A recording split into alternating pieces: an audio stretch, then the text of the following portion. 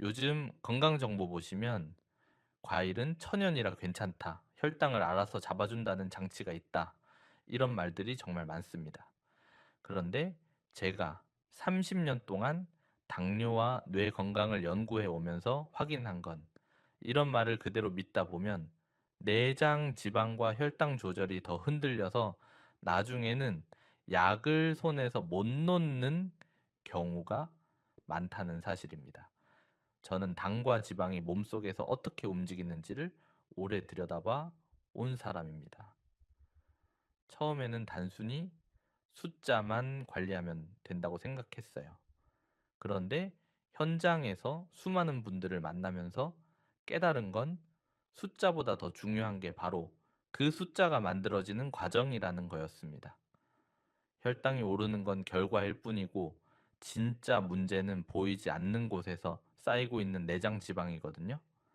많은 분들이 당뇨 걱정하시면서도 정작 본인이 무엇을 먹고 있는지 어떤 습관이 문제인지는 잘 모르시는 경우가 많아요. 과일은 몸에 좋다니까 하루 종일 조금씩 먹고 혈당 재는 기계만 믿고 안심하시는 분들도 계시죠. 그런데 그게 바로 함정입니다. 겉으로는 건강해 보여도 속에서는 지방이 쌓이고 인슐린이 제 역할을 못하게 되는 상황이 조용히 진행되고 있는 거예요. 오늘은 흔히 듣는 조언들 속에서 무엇을 믿고 무엇을 걸러야 하는지 삶을 지키는 기준을 차분히 말씀드리려고 합니다. 제가 연구하고 현장에서 확인한 내용들을 최대한 쉽게 여러분의 일상에 바로 적용할 수 있도록 풀어드릴게요. 오늘 이야기 들으시고 생활 조금 바꿔보실 분 계신가요? 며칠 전 제 지인이었던 이모님께 이런 이야기를 들었습니다. 겉으로는 마른 편인데 배만 유독 볼록하게 나와서 속상했다는 거죠. 본인은 많이 먹지도 않고 과일을 매일 챙겨 먹으니 건강엔 더 좋을 줄 알았다고 하셨어요. 아침에 사과 한 조각, 점심 후에 귤 두 개, 저녁에도 배나감 같은 거 조금씩 드시면서 이게 천연 비타민이니까 좋을 거라고 믿으셨대요. 그런데 어느 날 당 수치를 확인해 보니 기준을 넘어서고 있어서 크게 놀라셨습니다. 과일이 몸에 좋다는 말을 믿고 하루 종일 조금씩 드셨던 습관이 결국 내장 지방을 키웠다는 걸 그때서야 아셨다고 하더군요. 이모님은 운동도 나름 꾸준히 하셨고 밥도 적당히 드셨는데 왜 이렇게 됐을까 하면서 많이 혼란스러워 하셨어요. 사실 이모님만 그런 게 아닙니다. 많은 분들이 과일은 자연이 준 선물이니까 설탕이랑은 다르니까 괜찮을 거라고 생각하세요. 그런데 과일 속에 들어있는 과당이라는 성분은 우리 몸에서 처리되는 방식이 조금 특별합니다. 대부분의 세포가 쓰지 못하고 간으로 바로 가서 지방으로 바뀌는 구조거든요. 그러니까 아무리 천연이어도 양과 타이밍을 조절하지 않으면 문제가 생길 수밖에 없어요. 다행히 이모님은 식사 구성에서 탄수화물과 지방을 줄이고 과일은 가끔만 드시고 단백질과 채소 비중을 키우면서 배 모양도 조금씩 달라졌습니다. 몸 상태도 가벼워지고 피곤함도 줄었다고 하시더군요. 처음 몇 주는 적응하기 어려웠지만 한 달쯤 지나니까 몸이 확실히 달라지는 걸 느끼셨대요.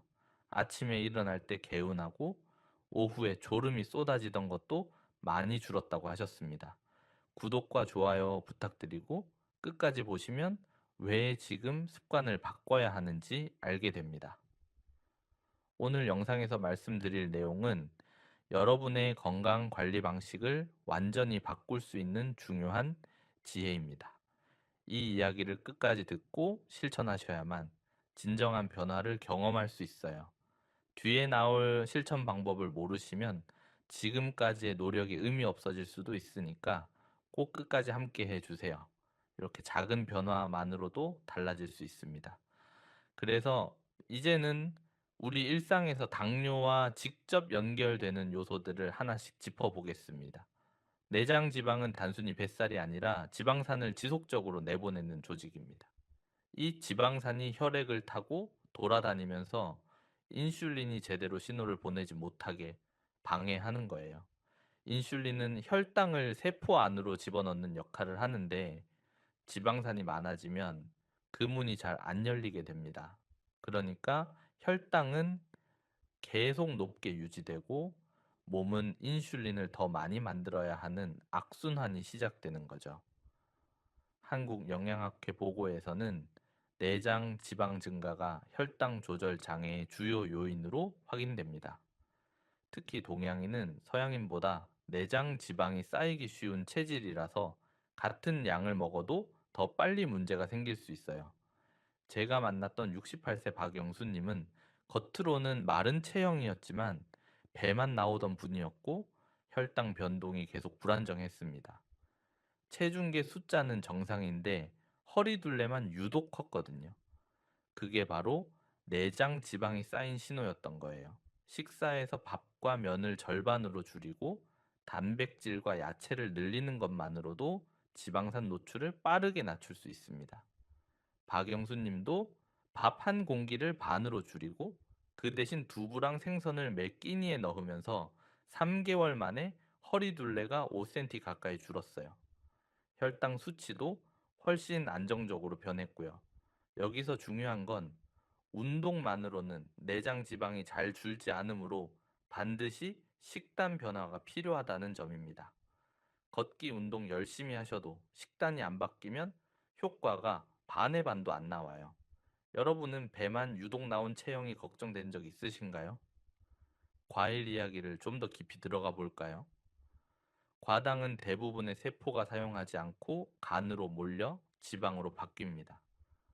포도당은 온몸의 세포가 에너지로 쓸 수 있는데 과당은 구조가 달라서 간에서만 처리가 가능해요. 그래서 과일을 많이 드시면 간에 부담이 몰리고 그게 지방으로 바로 축적되는 겁니다. 한국식품영양학 연구에 따르면 과당 섭취 비율이 높을수록 지방 축적 속도가 빨라집니다. 71세 이정숙님은 하루에 귤과 사과를 여러 번 나누어 드시는 습관 때문에 내장 지방 수치가 빠르게 올라갔습니다. 아침에 귤 2개, 오전 간식으로 사과 반쪽, 점심 후에 또 귤 1개, 저녁 후에 배 한 조각 이런 식으로 드셨거든요. 본인은 한 번에 많이 먹는 게 아니니까 괜찮을 거라고 생각하셨는데 문제는 총량이었어요. 하루 종일 과당이 계속 간으로 들어가니까 간이 쉴 틈이 없었던 거죠. 과일은 하루 한 번, 식후가 아니라 활동 전으로 옮겨서 에너지로 바로 쓰이도록 하는 게 좋습니다. 예를 들어 오전에 산책 나가기 전에 사과 반쪽 정도 드시면 그 에너지가 걷는 동안 바로 쓰이거든요. 그런데 저녁 먹고 소파에 앉아서 과일 드시면 그게 고스란히 지방으로 가는 겁니다. 주스나 말린 과일은 과당 농도가 훨씬 높기 때문에 더 주의가 필요해요. 과일은 무조건 좋은 음식이라고 생각해 오지 않으셨나요? 혈당은 결과이고 내장 지방이 원인이라는 걸 꼭 기억하셔야 합니다. 혈당이 높아지는 것 자체는 결과이고 시작점은 지방산이 인슐린 작동을 방해하는 데 있습니다. 많은 분들이 혈당 수치만 보고 판단하시는데 사실 그 전에 몸속에서는 이미 지방이 쌓이고 있었던 거예요. 아시아대사 연구 자료에서도 동양인은 인슐린 분비 능력이 낮아 지방산 증가에 더 취약하다고 확인됩니다. 62세 최상호님은 혈당보다 체지방률이 더 먼저 변했는데 그 변화를 이해하지 못해 조절 타이밍을 놓치셨습니다. 혈당은 아직 정상 범위였는데 배만 자꾸 나오고 체지방률이 올라가더래요.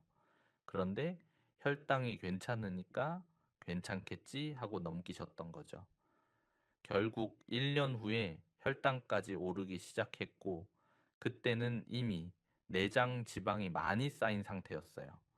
허리둘레, 체지방률, 식단 구성 비율을 먼저 점검하는 것이 중요합니다. 혈당만 정상이라고 안심하면 발견이 늦어질 수 있거든요. 여러분도 숫자가 괜찮으니 괜찮겠지 하고 넘기신 적 있으신가요? 한국 식탁은 밥, 면, 국, 찌개에 기름 양념이 더해져 탄수화물과 지방이 과잉이기 쉽습니다. 우리가 건강하다고 생각하는 나물 반찬도 참기름이나 들기름을 많이 쓰고 찌개에도 기름이 꽤 들어가거든요. 밥 한 공기에 국 한 그릇, 나물 몇 가지면 건강식처럼 보이지만 실제로는 탄수화물과 지방 비중이 높고 단백질은 부족한 구조예요. 국민건강 영양조사에서도 단백질 섭취가 기준보다 낮은 시니어 비율이 높습니다. 69세 강문희님은 나물과 밥 위주 식단을 건강하다고 믿었지만 지방과 탄수화물이 대부분이었습니다. 아침에 된장찌개에 나물 반찬 3가지, 밥 한 공기 드시고 점심에도 비슷하게 드시고 저녁도 마찬가지였어요. 고기나 생선은 일주일에 한두 번 정도만 드셨고요. 채소 많이 드시니까 건강할 거라고 생각하셨는데 정작 단백질이 너무 부족했던 거죠. 밥의 양을 줄이고 생선, 두부, 콩류를 매 끼니에 포함시키는 식단을 만들어야 합니다. 기름 양념이 많은 반찬은 건강식으로 착각하기 쉬우니까 주의하셔야 해요. 여러분 식탁은 세 영양소 중 무엇이 제일 많나요? 마지막으로 혈당 걱정에 대해 말씀드릴게요. 혈당이 오르락 내리락 하는 것은 자연스러운 과정입니다. 식사 후에 혈당이 오르는 건 당연한 거고, 시간이 지나면 다시 내려가는 것도 정상이에요. 국내 대사 연구에서도 식후 혈당 상승은 정상적인 반응으로 확인됩니다. 그런데 많은 분들이 숫자가 조금만 올라도 불안해 하시면서 매 끼니마다 재고 또 재세요. 66세 조민철님은 매 끼니마다 혈당 변화를 확인하느라 불안감만 커졌습니다. 식사 전에 재고, 식후 1시간에 재고, 2시간에 또 재고 하면서 숫자에 집착하셨어요. 조금만 높게 나오면 하루 종일 기분이 안 좋으시고 다음 끼니는 거의 안 드시고 그러셨거든요. 그런데 그보다 중요한 거는 혈당이 왜 올라가는가라는 원인을 찾는 것입니다. 무엇을 먹었을 때 오르는지, 어떤 활동을 했을 때 내려가는지를 파악하는 게 훨씬 중요해요. 당뇨가 없는 분은 수치 측정에 집착할 필요가 없습니다. 혹시 불안해서 자주 숫자를 들여다보신 분 계신가요? 이제 이 흐름을 바탕으로 생활에서 바로 실천할 수 있는 확장된 방법들을 이어서 말씀드리겠습니다. 단백질 우선 식사 구성부터 시작해 볼까요? 단백질은 지방으로 잘 바뀌지 않아 내장 지방을 줄이는 데 도움이 됩니다. 탄수화물이나 지방은 남으면 바로 저장되는데 단백질은 구조가 달라서 몸이 쓰고 남은 걸 지방으로 바꾸기가 훨씬 어려워요. 그래서 단백질 비중을 늘리면 같은 양을 먹어도 살이 덜 찌는 겁니다. 식사 때 밥보다 먼저 단백질 반찬을 드시고 배고픔을 채운 후 탄수화물을 조절하는 게 좋아요. 예를 들어 식탁에 앉으시면 생선이나 두부, 계란부터 먼저 드세요. 그걸로 배를 어느 정도 채우고 나면 밥은 자연스럽게 적게 드실 수 있거든요. 오래 씹기 어렵다면 두부나 콩, 계란으로 시작해도 충분합니다. 이가 불편하신 분들은 고기 씹기가 힘드실 수 있으니까 부드러운 단백질로 시작하시면 돼요. 계란찜이나 두부찌개 같은 것도 좋고요. 여러분은 단백질을 하루에 얼마나 드시나요? 저녁 과일 끊기는 정말 중요합니다. 밤 시간대에는 활동량이 적어 과당이 바로 지방으로 바뀌기 쉽습니다. 낮에는 움직이니까 과일 먹어도 에너지로 어느 정도 쓰이는데 저녁에는 대부분 앉아 계시거나 누워 계시잖아요. 그러면 과당이 갈 곳이 없어서 간에서 지방으로 바로 저장되는 겁니다. 식후 달달함이 그립다면 차나 채소 기반 간식으로 바꿔보세요. 방울토마토나 오이 같은 거 조금 드시거나 따뜻한 차 한 잔 드시는 것만으로도 충분히 대체할 수 있어요. 과일은 가끔, 낮 시간대 활동 전에 드시면 부담이 적습니다. 매일 먹는 습관을 일주일에 두세 번 정도로 줄이고 먹더라도 오전이나 오후 초반으로 옮기는 거죠. 저녁 7시 이후에는 과일을 완전히 끊어보세요. 처음 며칠은 적응이 필요하지만 2주 정도 지나면 몸이 확실히 가벼워지는 걸 느끼실 수 있을 겁니다. 과일을 주로 언제 드시나요? 허리둘레 모니터링은 생각보다 훨씬 중요합니다. 허리둘레는 내장 지방을 가장 빨리 반영하는 수치예요. 체중은 근육이나 수분 때문에 변동이 크지만 허리둘레는 거의 지방량을 직접적으로 보여주거든요. 체중보다 허리둘레 변화를 우선 확인해야 합니다. 체중계 숫자가 똑같아도 허리둘레가 늘었다면 지방이 늘고 근육이 줄었다는 뜻이에요. 한 달에 한 번 아침 공복에 허리둘레를 기록하는 습관을 만들어 보세요. 배꼽 위치에서 똑바로 재시고 숨을 편하게 내쉰 상태에서 측정하시면 됩니다. 그걸 수첩이나 달력에 적어 두시고 한 달 후 다시 재서 비교해 보시는 거예요. 1cm만 줄어도 내장 지방이 많이 빠진 거니까 큰 효과라고 보시면 됩니다. 여러분의 최근 허리둘레는 어떠신가요? 밥과 면양 반으로 줄이기도 실천해 보세요. 탄수화물은 과당과 더해질 때 지방 축적 속도가 빨라집니다. 밥만 먹어도 혈당이 오르는데 거기에 과일까지 먹으면 간이 감당할 수 없는 상태가 되는 거예요. 양을 갑자기 줄이면 허기가 심해질 수 있으니 단백질과 채소를 먼저 늘려야 합니다. 밥 양을 줄이기 전에 반찬 구성부터 바꾸시는 게 순서예요. 밥 한 공기를 반으로 줄이고 부족하면 두부나 삶은 달걀로 보충해 보세요. 밥 대신 단백질로 배를 채우면 혈당도 덜 오르고 포만감도 오래 가거든요. 처음에는 허전할 수 있지만 2주 정도 지나면 익숙해지고 오히려 몸이 가벼워서 좋다는 분들이 많아요. 밥의 양을 줄여본 경험 있으신가요? 식후 10분 움직이기는 정말 간단하지만 효과가 큰 방법입니다. 짧은 움직임도 혈당 사용 속도를 크게 높여줍니다. 식사하고 바로 움직이면 혈액 속 단기 근육으로 빨리 이동하거든요. 그러면 혈당 피크가 낮아지고 인슐린도 덜 필요하게 되는 거예요. 무리한 운동은 필요 없고 가벼운 걷기 정도면 충분합니다. 식사 후 바로 자리에서 일어나 집안을 몇 바퀴 도는 것부터 시작하세요. 거실 한 바퀴, 복도 왔다 갔다. 이런 식으로 10분만 움직여도 혈당이 확 달라져요. 밖에 나가실 필요도 없고 날씨 상관없이 집에서 할 수 있으니까 부담도 없잖아요. 설거지하면서 제자리 걸음 하시는 것도 좋고요. 식사 후 바로 누워버리시는 편인가요? 나물과 반찬 양념 줄이기도 생각해 보셔야 합니다. 나물은 건강식처럼 보이지만 양념 속 지방 비율이 높은 경우가 많습니다. 참기름, 들기름, 깨소금 이런 게 다 지방이거든요. 나물 한 접시에 기름 한 숟가락씩만 들어가도 하루에 반찬 서너 가지 드시면 기름이 꽤 많이 쌓이는 거예요. 숨겨진 지방을 줄이는 것이 핵심입니다. 양념 비율을 줄이고 삶거나 데친 상태로 드시는 비중을 늘려보세요.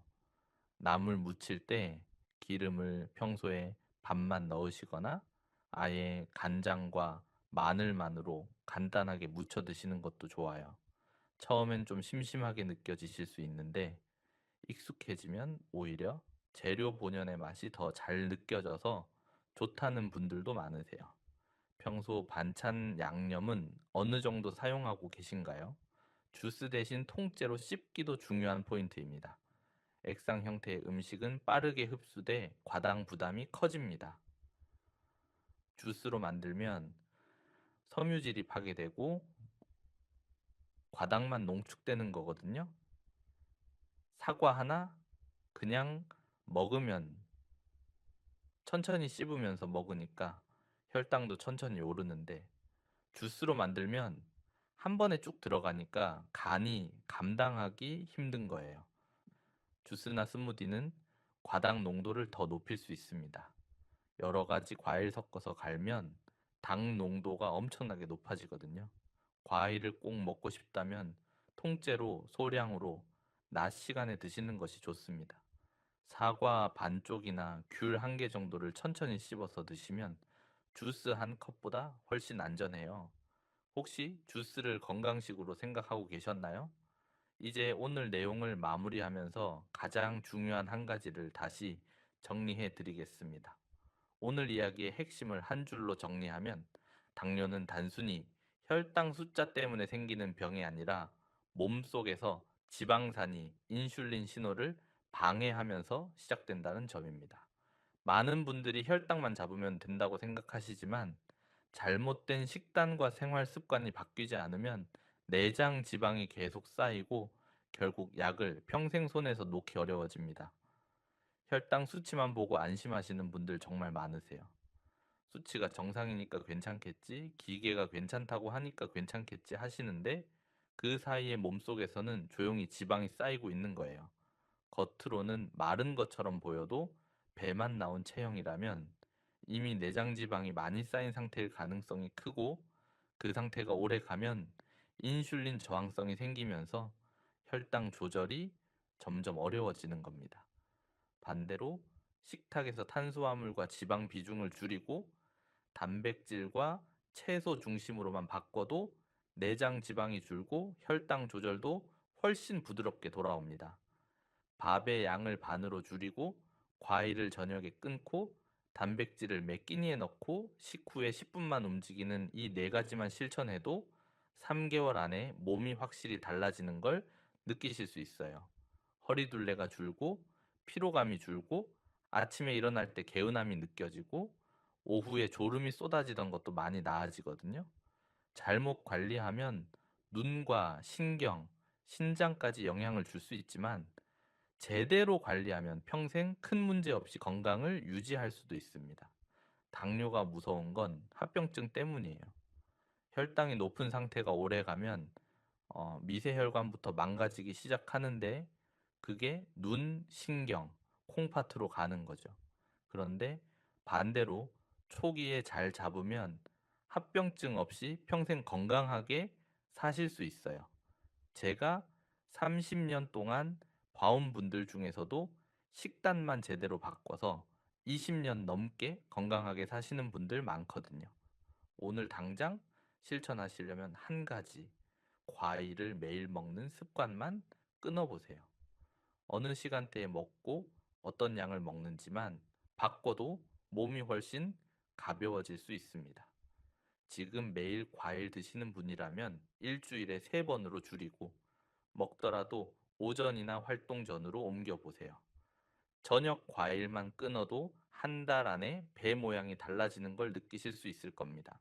과일 타이밍 바꾸는 것만으로도 간이 쉴 시간이 생기고 지방 축적 속도가 확 줄어들거든요. 그리고 그 시간에 과일 대신 따뜻한 차 한 잔 드시거나 방울토마토 몇 개 드시는 걸로 대체하시면 당 부담 없이 입도 즐겁고 몸도 편해지실 거예요. 습관 하나만 바꿔도 몸은 정직하게 반응합니다. 오늘 내용 중 가장 놀라웠던 부분은 무엇이었나요? 과일이 지방으로 바뀐다는 게 놀라우셨나요? 아니면 혈당보다 내장 지방이 먼저라는 게 새로우셨나요? 오늘 영상이 도움이 되셨다면 댓글에 숫자 1이라고만 적어주세요. 여러분의 생각을 듣고 싶습니다. 궁금하신 점 있으시면 댓글로 남겨주시면 제가 확인 후 답변 드리겠습니다. 그럼 오늘 하루도 건강한 하루 보내세요.